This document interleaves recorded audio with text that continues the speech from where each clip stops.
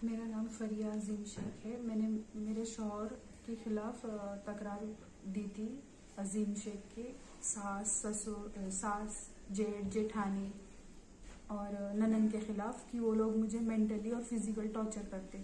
मेरी 2017 में शादी हुई थी। जब उसके बाद 1.5 साल तक सब अच्छा था। फिर उसके बाद मुज़क्किर हुआ। मेरा बड़ा बच्चा होने के बाद ससुरे का 15 दिन में इंतकाल हो गया। जैसे ससुरे थे जब तक सब सही था, मगर ससुरे का इंतकाल होने के बाद ये लोगों का टॉर्चर फिर से चालू हुआ। चालू होने के बाद वो लोग मुझे बार बार धमकाते थे, मुझे घर के बाहर बार बार हकालते थे और बोलते थे कि मम्मी पापा के पास से पैसे लेकर आएगी तो तुझे रखेंगे यहाँ पे, वरना नहीं रखेंगे। फिर भी मैंने मम्मी पापा को कुछ नहीं बोला और वहाँ पर वैसे ही ना दी। और ना वो टाइम पे ही बार बार वो फिर से मेरे को बोलना कि जाके 20 लाख रुपए लेकर आ तो तेरे को रखेंगे। और शोहर को हस्बैंड को मेरे बोलने लगाते थे कि उसको बोल ऐसा कि पैसे लाएगी तो रहेगी। तो वो फ्रस्ट्रेशन में आके मुझे हस्बैंड बार बार फिजिकल बहुत मारते थे। एक बार इतनी बुरी तरीके से मारा था, कोविड का टाइम था वो। उन्होंने मुझे इतनी जोर से मारा मुंह पे कि मेरे नाक पूरी सूज गई थी। और वो मैंने घर में बोला नहीं। यहाँ पर आई मैं जब मम्मी के पास तो मम्मी को बोला कि बैंड है मम्मी, कुछ भी नहीं ज्यादा बोलकर। तो बोली नहीं कि मम्मी को, बोली नहीं कि पापा को मैंने ऐसा मारा पैसे के बारे में।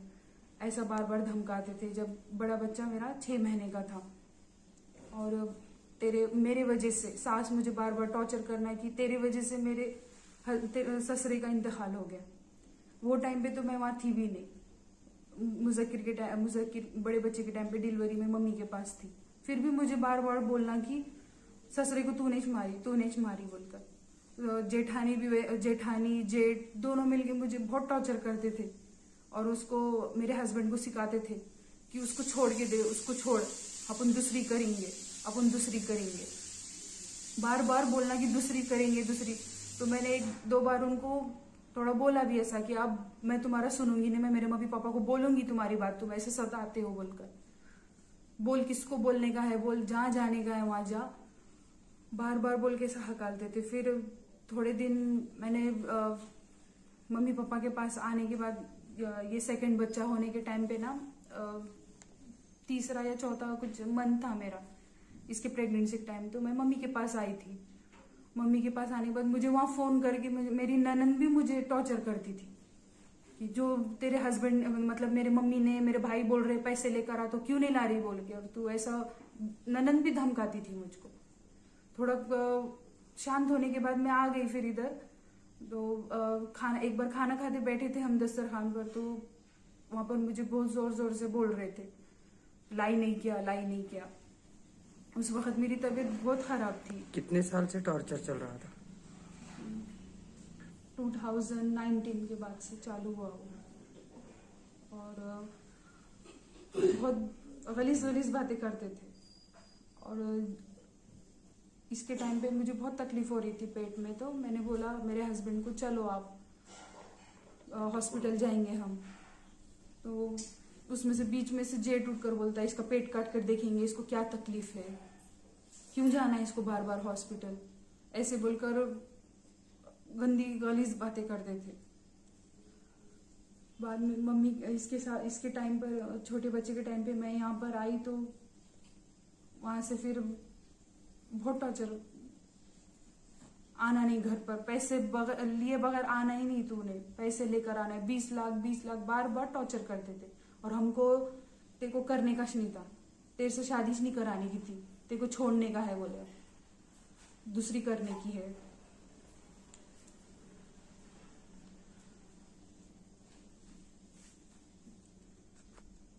ये छोटे बच्चे के बाद भी फिर वापस से पापा के पास मतलब घर में बैठक हुई कि नानने के लिए ऐसे क्यों कर रहे हो, क्यों सता रहे हो। तो लेकर गए और वहां जाने के बाद फिर से टॉर्चर चालू किया उन्होंने।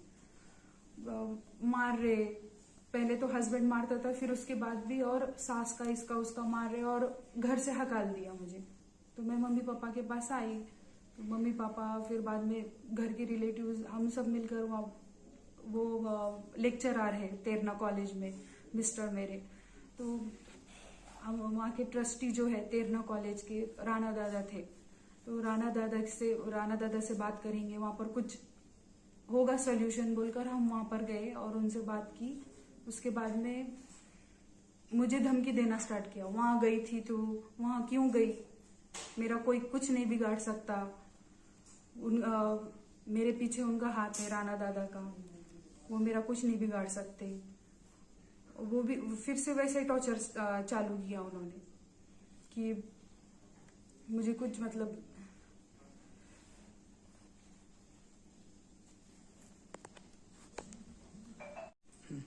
राणा दादा के पास जाने के बाद फिर से वो वैसी ही बातें कर रहा था।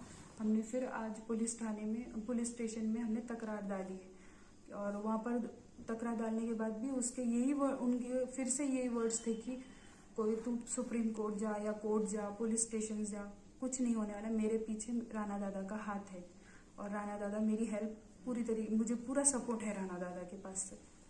और ये बोलकर वो मुझे फिर से ब्लैकमेल मतलब टॉर्चर कर रहे और बोल रहे कि हम तुझे छोड़ने ही वाले और तुझे छोड़कर दूसरी लाने वाले। मुझे मैंने तकरार की है पुलिस स्टेशन में। अब पुलिस से मुझे न्याय चाहिए।